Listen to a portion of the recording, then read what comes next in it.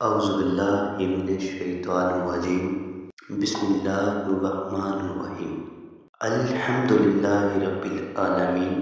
سب خوبیاں اللہ کو جو مالک سارے جہان والوں کا۔ الحمدللہ سب تعریفیں اللہ کے لیے ہیں، یعنی ہر طرح کی حمد اور تعریف کا مستحق اللہ تعالیٰ ہے، کیونکہ اللہ تعالیٰ کمال کی تمام صفات کا جانے ہے۔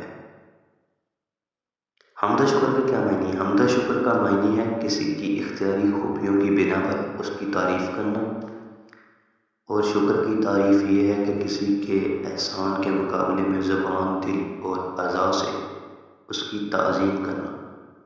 اور ہم چونکہ اللہ عز و جل کی حمد عام طور پر اس کے احسانات کے پیش نظر کرتے ہیں، اس لیے ہماری یہ حمد شکر بھی ہوتی ہے۔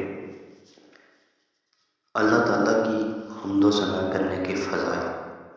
حضرت انس بن مالک رضی اللہ تعالیٰ عنہ سے روایت ہے، نبی اکرم صلی اللہ علیہ وآلہ وسلم نے ارشاد فرمایا، اللہ تعالیٰ بندے کی اس بات سے خوش ہوتا ہے کہ وہ کچھ کھائے تو اللہ کی حمد کرے اور کچھ پیے تو اللہ کی حمد کرے۔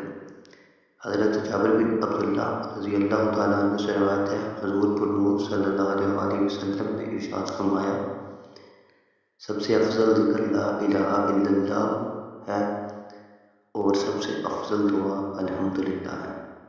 حضرت انس بن مالک رضی اللہ تعالیٰ عنہ سے روایت ہے، حضور اقدس صلی اللہ علیہ وآلہ وسلم نے ارشاد فرمایا، جب اللہ تعالیٰ اپنے بندے پر کوئی نعمت نازل کرتا ہے تو وہ نعمت ملنے پر الحمدللہ کہتا ہے، تو یہ حمد اللہ تعالیٰ کے نزدیک اس کی دی گئی نعمت سے زیادہ افضل ہے۔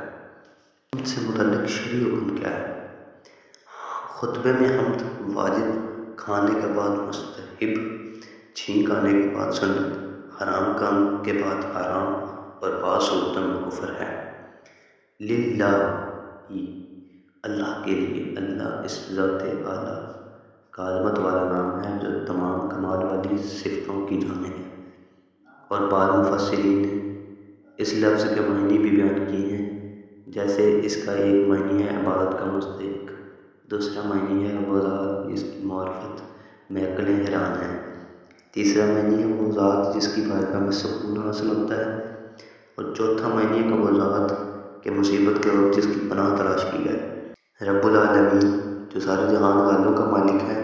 لفظ رب کے کئی معنی ہیں، جیسے سید، مالک، معبود، ثابت، مسلح اور تدریج، مرتبہ کمال تک پہنچانے والا۔